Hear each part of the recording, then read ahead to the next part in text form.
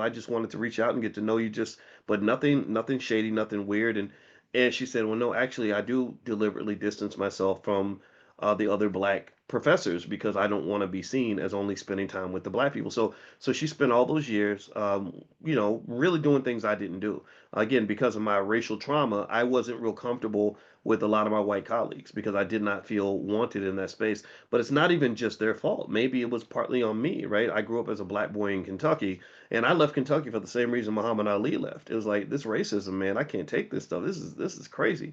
So I kept I stayed in my lane. They stayed in their lane, and I didn't get to know them. I didn't know where they lived. I didn't know half of their. I didn't know 80% of their names.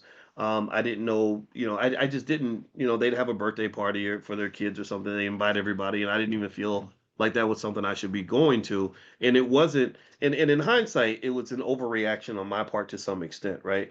Because I don't think every white person is waking up with a vendetta, but it's just the cultural difference, or just the fact that there's always like this hypersensitivity that if I say the wrong thing, make the wrong joke, or just whatever, that somehow that's going to get me labeled in a certain way. And it was very uncomfortable. Because remember, I came up in the 90s. The 90s was when black men had a very limited margin of error. A lot of black men were being sent to prison by the Biden crime bill. A lot of black men couldn't get opportunities. A lot of black men were pretty much told to kind of stay in your place and be careful, or you'll get in trouble, even if you didn't do anything wrong. That was the whole premise of my book, What If George Bush Were a Black Man, that I wrote in 2004. As I said, man, this is this is hard. I feel like I gotta like keep my head on a swivel all the time.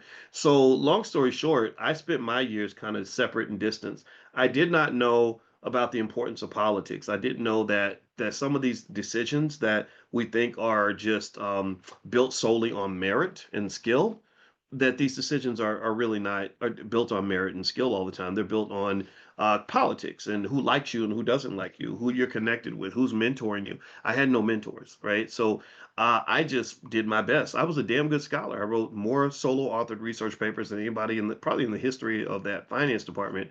Also, I became very well known nationally. By the time I went up for tenure, my name was everywhere. Like I was probably the most famous faculty member on that campus, other than there was one guy across across campus in the journalism school who was probably a little more cited.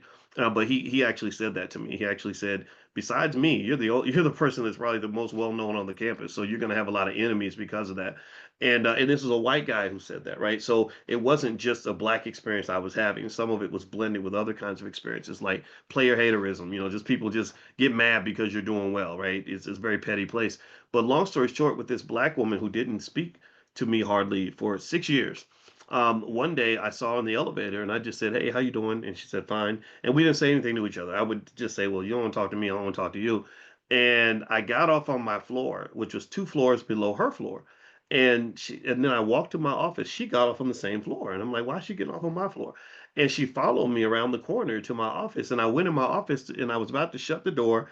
And she stopped the door and she came in to like, to like talk to me.